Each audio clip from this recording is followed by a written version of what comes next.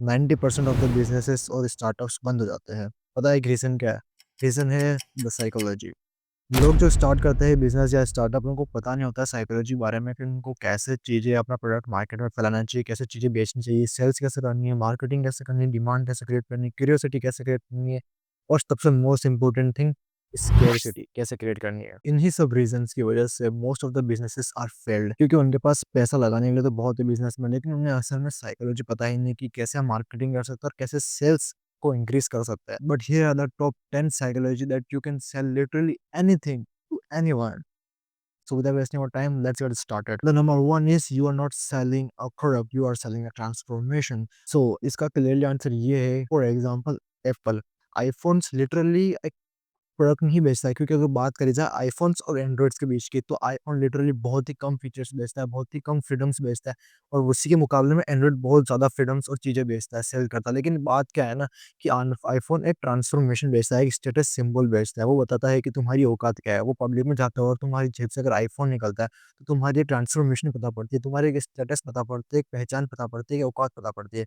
तो number 1 psychology होनी चाहिए कि अगर आपका कोई प्रोडक्ट है या कोई ब्रांड है, तो उसकी ब्रांड वैल्यू क्रिएट करो। इतना अच्छे लेवल तक उसकी ब्रांड वैल्यू क्रिएट करो कि इसकी क्यूरियोसिटी क्रिएट हो मार्केट के अंदर। और याद रखना अगर जितनी अच्छी तुम्हारी ब्रांड होगी ना, तुम्हारी प्राइस फ़र्क नहीं पड़ेगा। तुम जिस प्राइस पॉइंट पे चाहो उस प्राइस पॉइंट पे अपना प्रोडक्ट बेच सकते हो मार्केट में। सिर्फ़ एक रूल्स है और वो है you are selling the transformation not the product. Number 2 selling a pain relief beats a dream. Now why is that? अगर तुम मार्केट में अगर एक पेन रिलीफ प्रोडक्ट निकालते हो ना या पेन रिलीफ सर्विस निकालते हो ना, तो तुम्हारा प्रोडक्ट चलने के चांसेस अप टू 99.99% चांसेस है कि तुम्हारा प्रोडक्ट मार्केट में रन कर जाएगा, क्योंकि तुम एक पेन रिलीफ प्रोडक्ट बेच रहे हो। ओवरऑल अगर तुम कुछ भी फैंसी आइटम्स निकालते हो या कुछ भी एक लग्ज़री आइटम निकालते हो, बट उसमें वो बात नहीं है, वो एक लोगों का पेन प्रॉब्लम सॉल्व नहीं करता है, तब तक वो मार्केट में नहीं बिकेगा। इसको एक एग्ज़ाम्पल से देखते हैं। फॉर एग्ज़ाम्पल शूज़ दोनों कंपनी बनाती है, एडिडास, नाइकी दोनों। लेकिन दोनों में फ़र्क क्या है? अगर तुम भी अगर कल को तीसरी कंपनी क्रिएट कर दो, ब्रांड क्रिएट कर दो, लेकिन क्या लगता है तुम्हारा शूज़ कोई खरीदेगा, तुम्हारे स्नीकर्स खरीदेगा? चांस ही नहीं बनता है क्योंकि तुम्हारे अंदर वो चीज़ है ही नहीं जो इन चीज़ों के अंदर है। ये भी जूते बेच रहे हैं, वो भी जूते बेच रहे हैं, लेकिन नाइकी ने क्या करा? नाइकी ने ट्रांसफॉर्मेशन भेजी, उन्होंने एथलीट के लिए भेजा कि जो फास्ट रनर होता है ना, जो दौड़ते करते हैं, उन्हीं को हायर करा, उनको एथलीट को पैसे दिए, पेड प्रमोशन कराया, तो उन्होंने ट्रांसफॉर्मेशन क्रिएट करी। इसलिए उनका प्रोडक्ट मार्केट में चला, बाकी शूज़ तो सब बेच रहे हैं। Number 3 if you don't understand psychology, you are marketing blind. अब इसका क्या मतलब हो सकता है? इसका मतलब ये है कि अगर तुम्हें साइकोलॉजी नहीं पता ना कि तुम एक बार तुम साइकोलॉजी पढ़ो कि क्यों वुमेन्स को बेचना ज़्यादा आसान होता है, क्यों कंपनीज़ के अंदर लोग ज़्यादातर वुमेन्स को हायर करते हैं। तुम्हें अब साइकोलॉजी क्रिएट करनी पड़ेगी, तुम्हें साइकोलॉजी पढ़नी पड़ेगी। जब तक तुम्हें साइकोलॉजी पता नहीं होगा ना कि लोग क्या सोचते हैं, किस तरीके से सोचते हैं, इस एक स्पेसिफिक प्रोडक्ट के ऊपर क्या उनका पीओवी है, क्या उनका पॉइंट ऑफ व्यू है, क्या वो बेचना चाहते हैं। The number 4th is stop trying to find demand, just make it and insert yourself.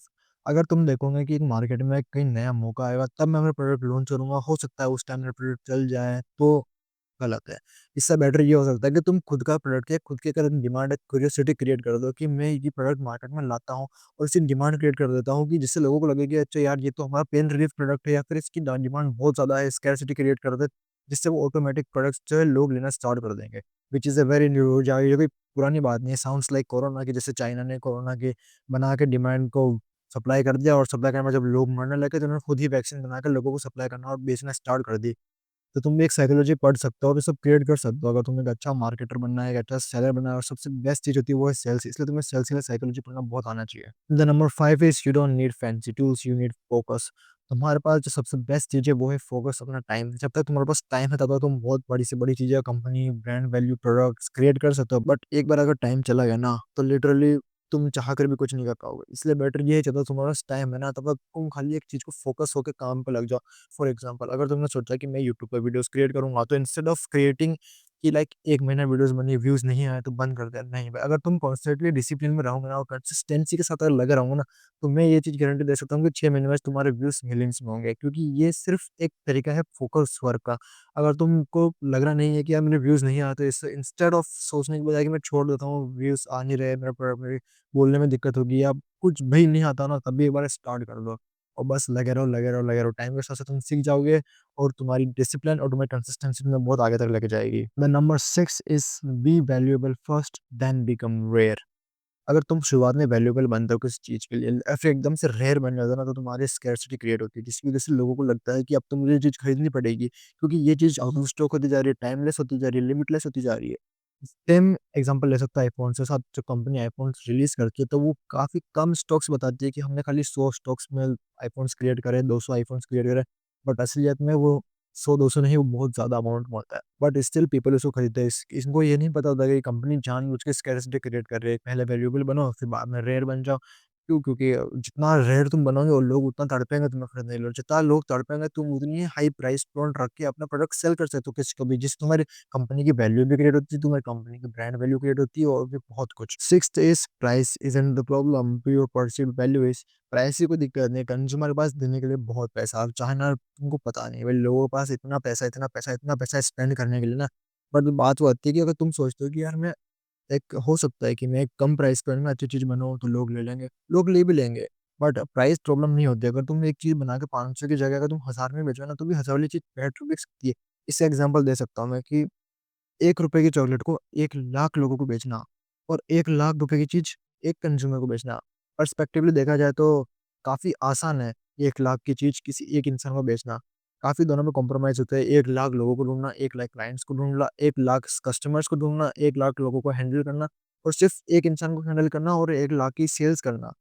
दोनों में देखा जाए तो कंपैटिबिलिटी काफ़ी ये ज़्यादा आसान होता है। इसलिए हमेशा तुम्हारी प्राइस, ये चीज़ हमेशा याद रखना, price isn't the problem, your perceived value is the problem. And the final number 7th is always great marketing beats great products. ये जो मार्केटिंग होती है ना, वो मार्केटिंग एक स्टोरी टेल करती है और स्टोरी तुम्हारी कंटेंट, तुम्हारी क्रिएशन, तुम्हारे प्रोडक्ट को बताता है कि ये हमारी कंपनी के अंदर ये चीज़ है। और जितनी बेटर तुम्हारी मार्केटिंग होगी ना, भले तुम्हारा प्रोडक्ट घटिया से घटिया होगा, लेकिन तुम्हारी मार्केटिंग है काफ़ी ज़्यादा अच्छी हुई ना, तो अगर तुम्हारी मार्केटिंग काफ़ी ज़्यादा अच्छी होगी ना, तो तुम्हारे प्रोडक्ट को वो आसानी से बीट कर देगी, लोग मरेंगे खरीदने के लिए। क्योंकि तुम्हारी मार्केटिंग है, तुम्हारी स्टोरी टेलिंग काफ़ी अच्छी होनी चाहिए, उसके लिए तुमको पता होना चाहिए कि तुम क्या दिखा रहे हो, कि जो दिखता है वही बिकता है। प्रोडक्ट एक बार के लिए सेकेंडरी ऑप्शन रख लेता है, लेकिन जो तुम्हारी स्टोरी टेलिंग है, तुम्हारी मार्केटिंग है, वो सबसे बेस्ट होनी चाहिए, क्योंकि great marketing beats always products. So thanks